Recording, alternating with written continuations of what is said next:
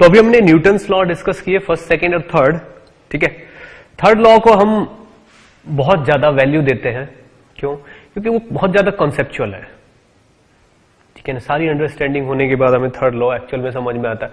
सोचने में बहुत आसान है, ठीक है ना, but that is very conceptual. अब हम क्या करेंगे, कुछ ऐसे टूल्स इकट्ठा करेंगे, कुछ ऐसी हम मतलब अपने कुछ कॉन्सेप्ट बिल्डअप ऐसे करेंगे ताकि हम बहुत अच्छे अच्छे क्वेश्चन भी बहुत इजीली टैकल कर पाए।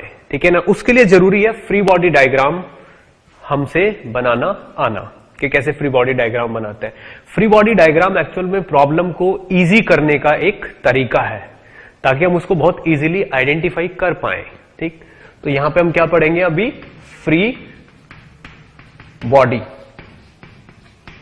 डायग्राम। ठीक है, जिसको शॉर्ट फॉर्म एफबीडी भी बोलते हैं। तो हम किसी बॉडी का एफबीडी कैसे बनाना है वो देखना है हमें। ठीक है ना, free body diagram, that means free body, body को सिस्टम से फ्री करके उसका डायग्राम ड्रॉ करना, मतलब उस पे शो करना all the forces. What is free body diagram बनाना? Is to show all the forces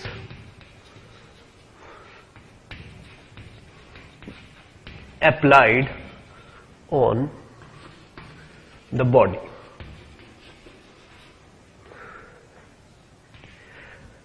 by the help of arrows.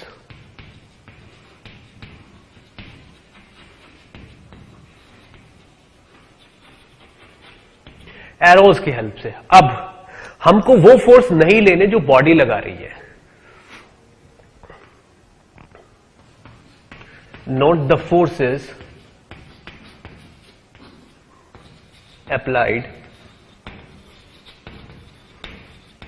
By the body. ठीक है, तो हमें जब एफबीडी बनाते हैं केवल वो फोर्सेस शो करने जो बॉडी पे अप्लाई हो रहे हैं औरों की वजह से। ठीक है, ना कि वो फोर्स बॉडी जो अप्लाई कर रही है औरों पे। ठीक, तो फॉर एग्जाम्पल, क्योंकि एफबीडी अगर मुझे सिखाना है तो एग्जाम्पल की ही हेल्प से सिखा सकता हूं मैं। ठीक, मान लीजिए ये कोई प्लेटफॉर्म है हमारे पास एक इस तरीके का, इस पे एक ब्लॉक रखा हुआ है ऐसे यू। ठीक है, इस पे एक छोटा सा ब्लॉक और रखा हुआ है। ठीक है ना, इसका मास m1 है, इसका मास m0 है, और इस ये जो ब्लॉक है इसको एक इंसान इस तरफ पुश भी कर रहा है,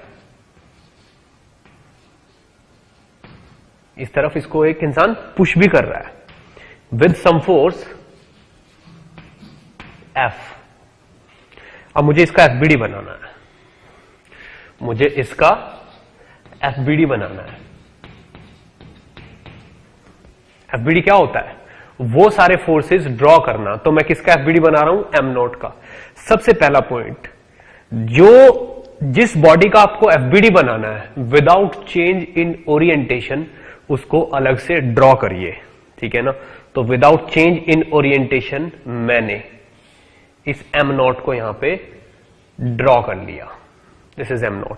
ठीक है, अब हम क्या करेंगे, इस पे लगने वाले फोर्सेस देखेंगे। देखिए, इसके ऊपर m1 रखा है, तो इस m1 की वजह से इस पे एक फोर्स लग रहा होगा इस तरफ, कितना? m1g। नो डाउट ये भी उस पे ऊपर की तरफ लगा रहा है, अप्लाई कर रहा है। ठीक है ना, लेकिन हम वो नहीं लेंगे। अब एक फोर्स तो ये हो गया, एक फोर्स हम इधर से भी लेंगे। कौन सा? F। अब इस पे जो अर्थ है, अर्थ की वजह से भी एक फोर्स लग रहा होगा यहां पे, क्योंकि अर्थ इसे अपनी तरफ खींच रही है। कितने फोर्स से? m0g से, क्योंकि जिस बॉडी का जो मास होता है दैट मास इनटू g, ये वो फोर्स होता है जो जिससे अर्थ अपने सेंटर की तरफ अट्रैक्ट करती है। ठीक, तो ये m0g। क्या ये एफबीडी पूरा हो चुका है? जी नहीं। अभी एक चीज बाकी है। क्या बाकी है?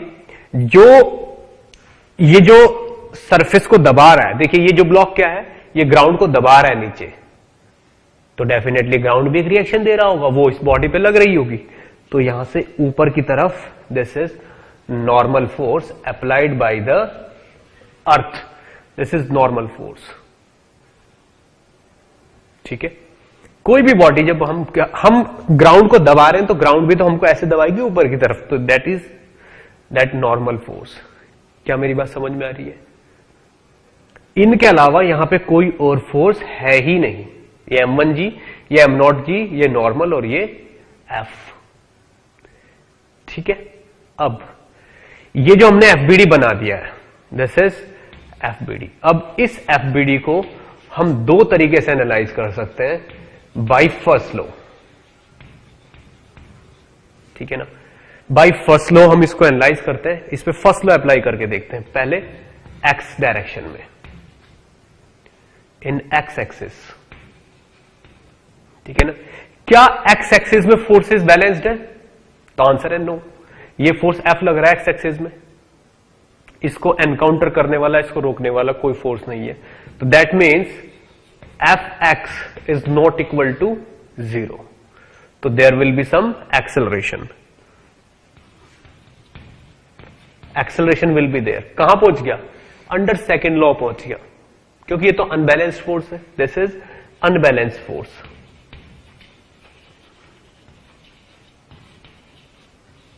ठीक है, क्या लगेगा अब? नाउ अप्लाई सेकेंड लॉ, क्योंकि अनबैलेंस फोर्स है तो कुछ भी कंक्लूजन सेकेंड लॉ की हेल्प से हम ड्रॉ कर सकते हैं। अब इन वाई एक्सिस, सेकेंड लॉ भी हम यहीं पे सोचेंगे। इन वाई एक्सिस, वाई एक्सिस क्या हो रहा है? इस बॉडी पे तीन फोर्सेस है, M1G नीचे, दिस इज M1G, एक और फोर्स है विच M0 इंटू G, और एक ऊपर की तरफ फोर्स है नॉर्मल N। ठीक है ना, क्या यहां पे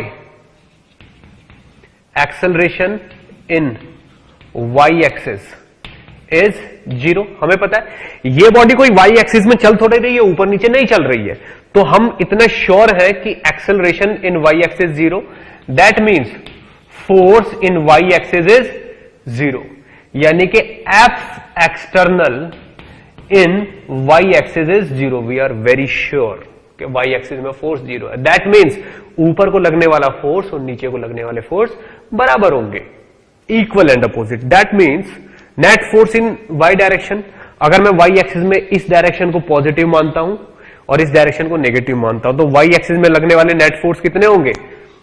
N माइनस M1G और minus M0G is equal to कितना है? 0। तो यहां पे इस एनालिसिस से हमारे पास एक कंक्लूजन निकल के आता है कि normal reaction is equal to M0 plus M1 into G। This is conclusion drawn by first law. First law से हमारे पास ये इक्वेशन आई है। अब सेकेंड लॉ यहां पे लग रहा है, यहां से मुझे पता है Fx इज इक्वल टू 0। अगर external force Fx is not equal to 0, अगर एक्सटर्नल फोर्स नॉन जीरो है, तो डेफिनेटली आपको पता होना चाहिए कि एक्सेलरेशन आएगा ही आएगा, और acceleration is F upon m। Body का पूरा मास लिया जाएगा, तो F by m is acceleration. What is this? This is conclusion drawn by second law. तो FBD बनाते हैं, फिर उस पर हम फर्स्ट लॉ अप्लाई करते हैं और सेकेंड लॉ अप्लाई करते हैं, उससे हमें कंक्लूजन्स मिलते हैं। उन कंक्लूजन्स को यूज करके हमारे आगे की फर्दर प्रॉब्लम सॉल्व होती हैं। ठीक है ना, तो FBD में हमको क्या करना है? FBD में हमें केवल वो फोर्सेस लेने हैं जो बॉडी पे लग रहे हैं, वो फोर्स हम नहीं लेंगे जो बॉडी लगा रही है। क्लियर? अब FBD के इतने सारे एग्जांपल्स मुझे करने हैं ताकि आपको FBD बिल्कुल 100% क्लियर हो जाए। एक एग्जांपल और देखो। ठीक है, ठीक है, मान लीजिए यहां पे कोई ऐसा एग्जाम्पल लेते हैं हम, मान लीजिए ये कोई प्लेटफॉर्म है, इस पे ये एक छोटा सा ब्लॉक रखा हुआ है। यहां पे इस ब्लॉक में एक रस्सी बंधी है, एक इंसान है जो आगे चल रहा है इस तरीके से, इसमें से एक स्ट्रिंग बंधी हुई है ऐसे ऐसे, और इसने अपने हाथों से पकड़ी हुई है ये स्ट्रिंग को, ठीक है। अब ये स्ट्रिंग को पकड़ के ऐसे इसको खींच के ले जा रहा है। अब ये चीज इस तरफ मूव कर रही है। अब ये जो स्ट्रिंग है, ये स्ट्रिंग इसको धकेल रही है। एक्चुअल में ये स्ट्रिंग इस पे एक फोर्स लगा रही है इस तरफ, जिसकी वैल्यू है मान लीजिए F। इसका मास है m, ठीक है, इसका मास है m। अब ये ब्लॉक है, ये मूव कर रहा है इसी सरफेस पे, देखो ये तो ऐसे जा रहा है, ये इस सरफेस पे मूव कर रहा है, मुझे इसका FBD बनाना है। चलिए ठीक है, फर्स्ट लॉ क्या होता है, इस मास m का FBD बनाना है मुझे, तो इसको बिल्कुल ऐसा as it is without changing its orientation अलग से रख लेते हैं। इस पे अब एक फोर्स लग रहा है यहां पे F, क्या कोई और भी फोर्स लग रहा है? जी हाँ, इस पे नीचे की तरफ डेफिनेटली लग रहा होगा mg। क्या और भी फोर्स लग रहा है? जी हाँ, डेफिनेटली ग्राउंड की तरफ से एक रिएक्शन भी लग रही होगी n। क्या और फोर्स लग रहा है? नहीं, अब कोई और फोर्स बचा ही नहीं। बताइए आप, कोई फोर्स लग रहा है कि ये तो स्मूथ है, दिस इज स्मूथ, कोई फ्रिक्शन नहीं है, तो ये इसका FBD बन गया। अब मुझे इस FBD से क्या मिलेगा? मुझे सबसे पहले पता होना चाहिए कितना एंगल। क्यों? क्योंकि ये फोर्स दोनों डायरेक्शन को सर्व कर रहा है। This force is serving x and y direction, तो इसका एक कंपोनेंट मुझे एक्स में लेना पड़ेगा और एक कंपोनेंट मुझे इसका वाई में लेना पड़ेगा। इस तरफ मान लीजिए एंगल थीटा है, तो ये होगा एफ कॉस थीटा और ये क्या होगा? F sine theta. अब मुझे इस FBD से फायदा क्या हो रहा है? एक्स एक्सिस और वाई एक्सिस में इक्वेशंस बनाएंगे, क्या करके?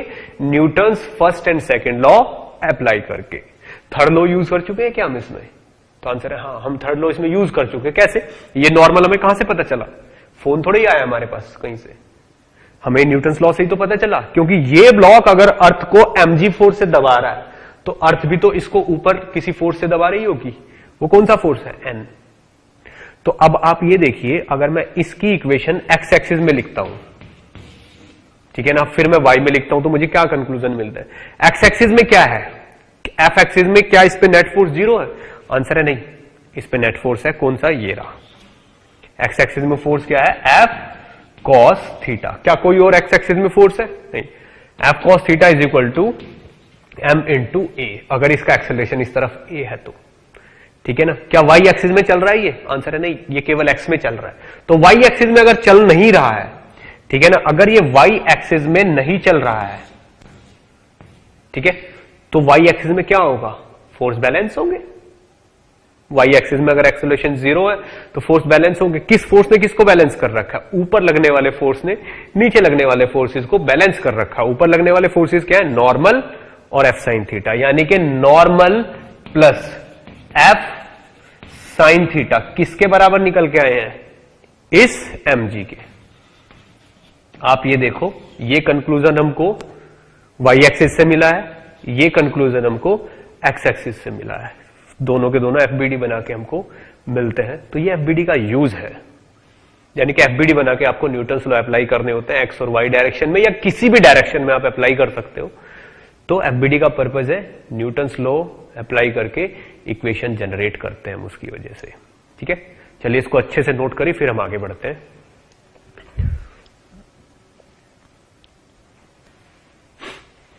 ओके, तो FBD पे और बाकी के क्वेश्चंस करने से पहले मुझे एक चीज और एक्सप्लेन करनी पड़ेगी। स्ट्रिंग, स्ट्रिंग का रोल क्या होता है, ठीक है ना, और स्ट्रिंग की प्रॉपर्टीज क्या होती हैं।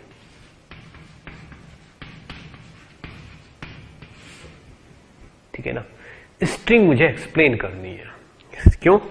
स्ट्रिंग से रिलेटेड है टेंशन। टेंशन क्या होता है? टेंशन एक टाइप का फोर्स होता है, ठीक है, जो कि स्ट्रिंग में ही मिलता है। वैसे तो टेंशन सब जगह होता है, पर स्ट्रिंग में टेंशन, स्ट्रिंग की थ्रू जो फोर्स अप्लाई करते हैं वो टेंशन का ही फोर्स होता है, देखिए क्या, इसका एक एग्जांपल लूंगा मैं। मान लीजिए यहां पे आपके पास एक प्लेटफॉर्म है, ठीक है। यहां पे आपके पास दो ब्लॉक्स हैं,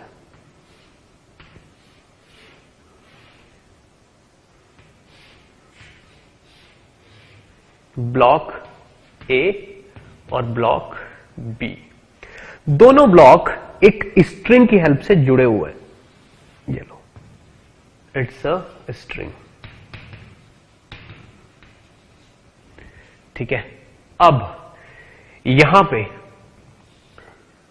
कोई इस वाले ब्लॉक को पकड़ के खींच रहा है। मान लीजिए यहां से कोई इसको पकड़ के खींच रहा है इस तरफ, और ये कितना फोर्स है, F। इस फोर्स से इस तरफ खींच रहा है, कितना फोर्स लगा रहा है, F। तो क्या होगा, ये स्ट्रिंग टाइट हो जाएगी।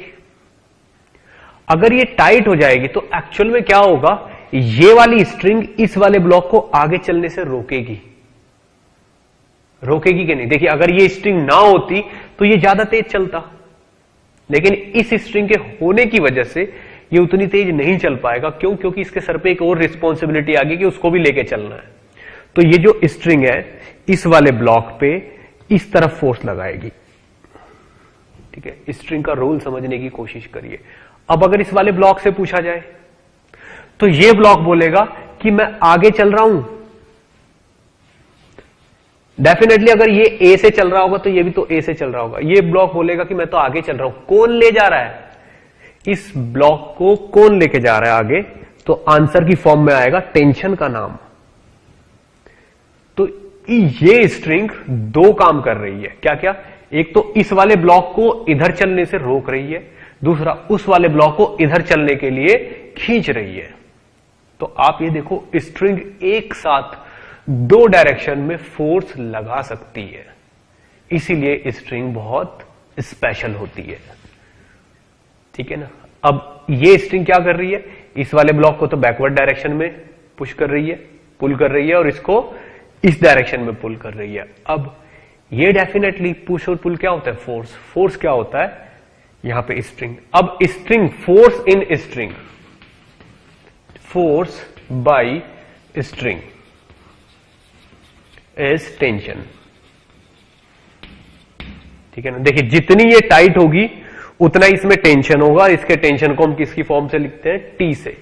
तो ये जो इसमें टेंशन अगर टी है तो ये इस ए को टी फोर्स से तो खींच रही होगी और इसको टी फोर्स से ही ये रोक रही होगी। तो string, force by string is tension and that is equal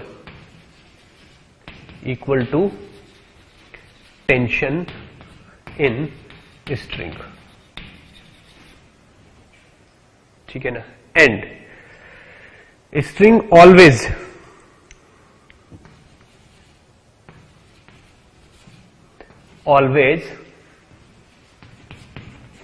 apply force towards itself. String हमेशा अपनी ही तरफ फोर्स लगाती है। देखिए इस एंड पे स्ट्रिंग किस तरफ फोर्स लगा रही है, इस तरफ, खुद की तरफ हो गया क्योंकि स्ट्रिंग तो इधर की साइड है, और इस पॉइंट पे किस तरफ फोर्स लगा रही है, उस तरफ। तो स्ट्रिंग हमेशा अपनी तरफ फोर्स लगाती है अगर वो टाइट है, ऑलवेज। क्या बात समझ में आई? And tension in the string, tension in the string is uniform everywhere.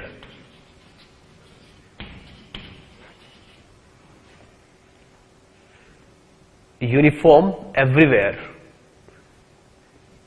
in the string. किसी स्ट्रिंग में टेंशन सब जगह सेम रहेगा, यानी कि इस पॉइंट पे, इस पॉइंट पे, इस पॉइंट पे, इस पॉइंट पे, सब जगह टेंशन की वैल्यू सेम रहेगी जब तक टेंशन जो स्ट्रिंग है उसके एंड्स ना आ जाए, ठीक है ना। तो यहां पे मुझे एक चीज लिखनी जरूरी है, between two ends, between its ends, इसके एंड्स के बीच में टेंशन सेम रहेगी। इस चीज को अच्छे से नोट करिए, अभी मुझे इसे और एक्सप्लेन करना है।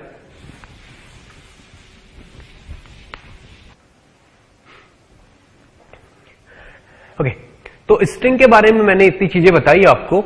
तो अब इस एग्जाम्पल में हम यहां पे, ठीक है ना, देखते हैं स्ट्रिंग का रोल क्या क्या होता है। देखिए हम ए का एफबीडी बना रहे हैं, यहां पे क्या बना रहे हैं हम, एफबीडी किसका, ए का। तो अगर मैं ए का एफबीडी बनाऊं तो उस पर मुझे शो करना पड़ेगा कि स्ट्रिंग ने इसको इस तरफ टी फोर्स से खींचा हुआ है, खींच रही है, लगा रही है, और यहां से ऊपर की तरफ इस पे एक नॉर्मल लग रहा है, और इसके सेंटर पे, इस जगह इसके सेंटर पे डाउनवर्ड डायरेक्शन में एक फोर्स लग रहा है एम ए इंटू जी, जिसका एफबीडी हो गया यहां पे, ठीक है ना। अब ये मैंने यहां लगाई, मैंने इस चीज को, आपको टेंशन नहीं लेनी है।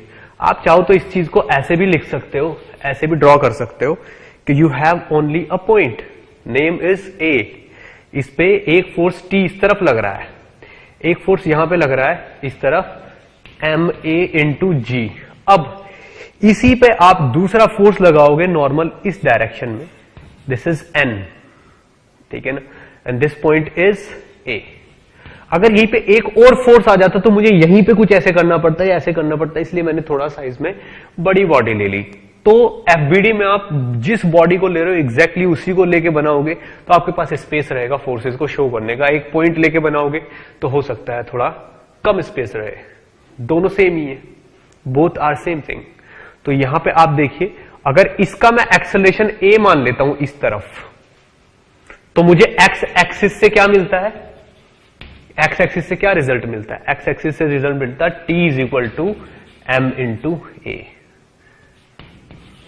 इस डायरेक्शन में एक ही फोर्स है, अनबैलेंस्ड फोर्स है, और अनबैलेंस्ड फोर्स को क्या लिखा जाता है, एम इंटू ए, तो T is equal to m into a, ये एक इक्वेशन मिल गई, ठीक है ना। वाई एक्सिस से क्या मिलता है, वाई एक्सिस से मुझे मिलेगा यहां पे ऊपर को लगने वाले फोर्स इज इक्वल टू नीचे को लगने वाले force, normal is equal to m a into g, ये मिल गया। अब यहीं पे अगर बी का एफबीडी बनाया जाए, चलिए बी का बनाते हैं।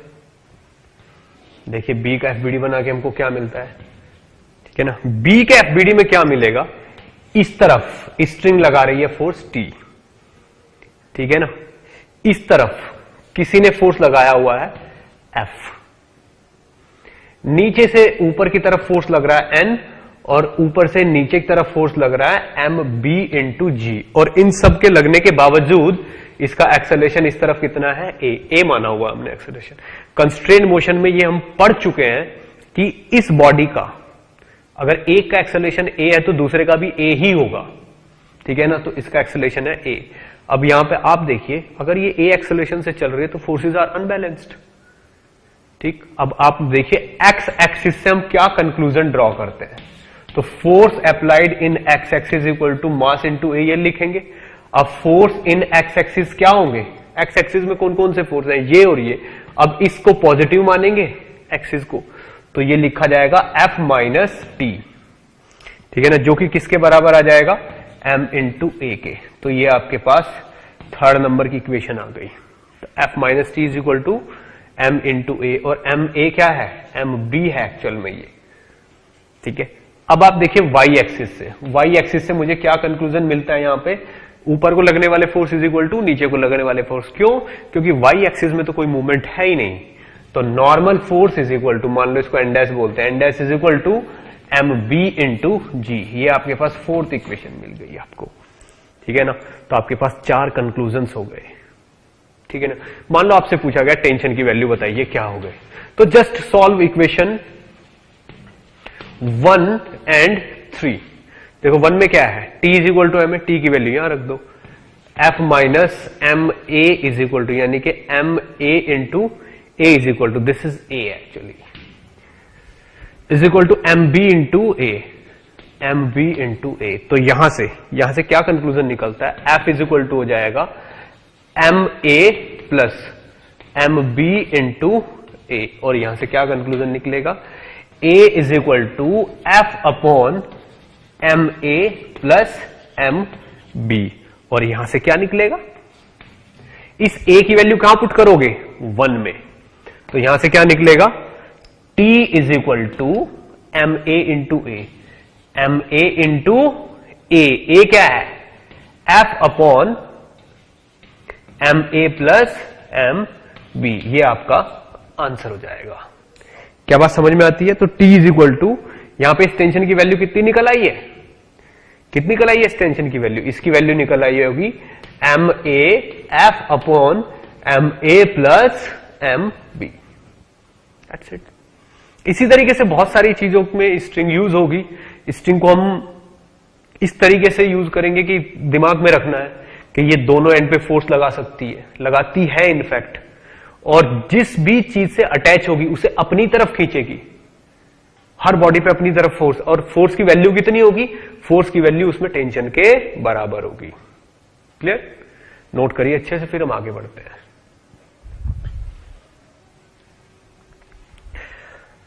ओके, तो अब स्ट्रिंग और ये सब जो हमने सीखा है एफबीडी बनाने के तरीके, इनका यूज करते हैं, अच्छे अच्छे टाइप के एग्जाम्पल लेते हैं।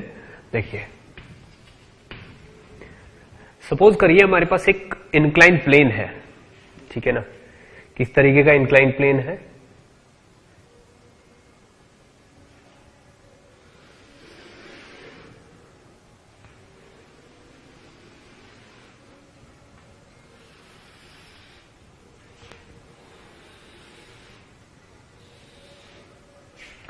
दिस एंगल इज थीटा, ये हमारे पास एक इंक्लाइन प्लेन है, समझ लीजिए, दिस एंगल इज थीटा, और ये इंक्लाइन प्लेन किसी प्लेटफॉर्म पे रखा हुआ है, मान लीजिए फिक्स्ड है, इट्स फिक्स्ड। इस इंक्लाइन प्लेन पे एक पुली लगी हुई है यहां पे,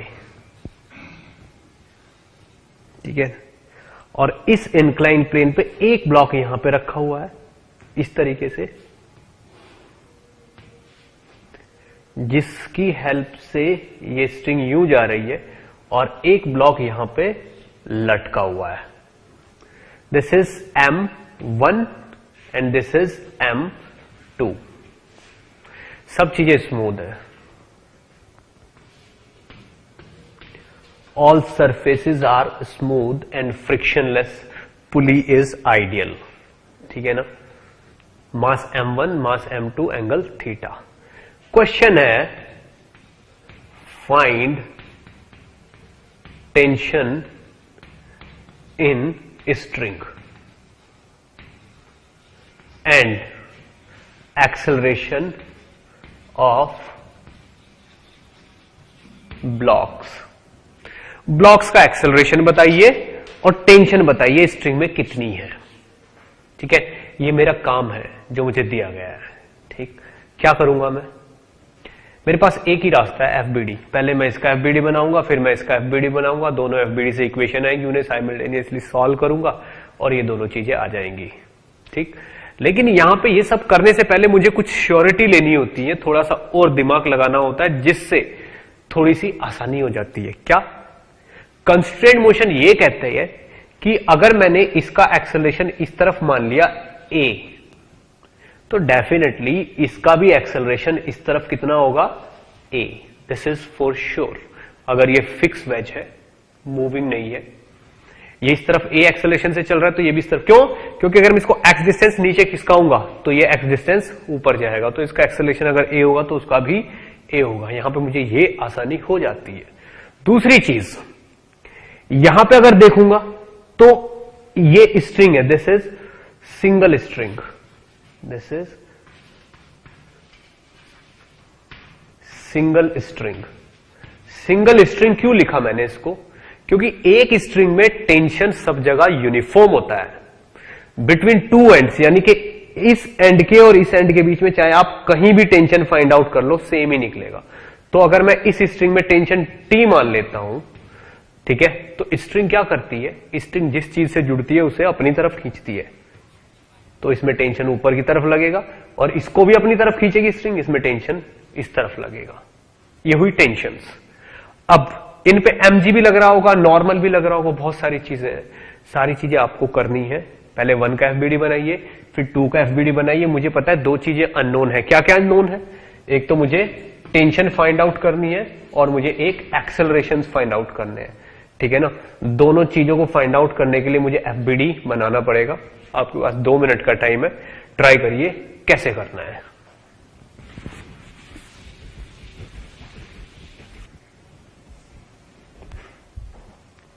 ओके, आई होप आपने ट्राई कर लिया होगा। देखिए स्टार्टिंग कैसे करनी है, पहले इसमें एफबीडी बनाते हैं 1 का। 1 के एफबीडी में की जरूरत पड़ेगी हमें। देखिए मुझे पता है कि इस पे डाउनवर्ड डायरेक्शन में एक फोर्स जरूर लग रहा होगा, क्योंकि अर्थ का सेंटर किधर है? बिल्कुल नीचे, ठीक है ना। इस सरफेस के परपेंडिकुलर चलोगे तो अर्थ के सेंटर पे पहुंच जाओगे। तो इसी डायरेक्शन में लगेगा क्या? m1g। अब मूवमेंट तो इस डायरेक्शन में हो रहा है, मोशन तो इस डायरेक्शन में है, तो मुझे इक्वेशन में जो फोर्सेस की जरूरत पड़ेगी वो भी इसी डायरेक्शन में पड़ेगी। तो मुझे इस मूवमेंट की जो डायरेक्शन है उसमें इसका कंपोनेंट चाहिए होगा फॉर श्योर, ठीक है। अब ये m1g है तो इसके कंपोनेंट को हम 2 पार्ट में डिवाइड कर लेते हैं। इसको 2 कंपोनेंट्स में डिवाइड कर लेते हैं, इसमें और इसमें। अब आप मुझे ये बताइए इस कंपोनेंट को मैं क्या लिखूं? ये वाला जो है ये एंगल थीटा, ठीक है। तो आप देखो ये एंगल भी थीटा, ये एंगल अगर थीटा है तो ये वाला एंगल थीटा है, ये वाला, ठीक है ना। ये वाला एंगल थीटा है, ये वाला, ये 90 माइनस थीटा और ये फिर थीटा। अगर ये थीटा है तो ये होगा m1g cos थीटा, ठीक है ना। अब ये हो जाएगा m1g sin थीटा, ऐसा होना भी है, ठीक है ना। तो अब मैं इसका एफबीडी बना सकता हूं बिल्कुल विदाउट चेंजिंग ओरिएंटेशन। इसको ऐसे बना लो। कौन सा है ये? Block m1। m1 में क्या लग रहा है? m1 में हो रहा है m1g नीचे।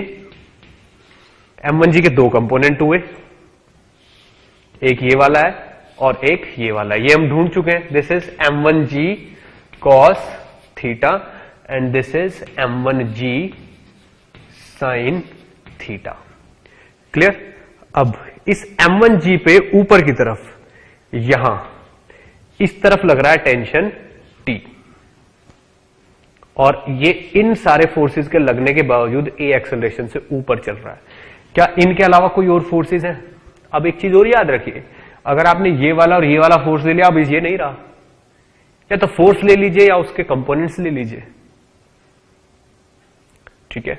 कहीं आप ये भी लगा लो और ये भी लगा लो, तो या तो इन 2 को रखिए या इसको रखिए, ठीक। फिलहाल हम इक्वेशन इस डायरेक्शन में बना रहे हैं, तो this is our direction for equation.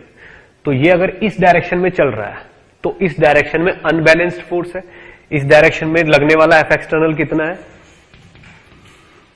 F external in this direction is T minus m1g sin theta. देखिए अगर ये ब्लॉक ऊपर चल रहा है तो डेफिनेटली T ज्यादा होगा और m1g sin थीटा कम होगा। एक्चुअल में ये जो mg है इसके 2 इफेक्ट हैं, ये 2 काम कर रहा है।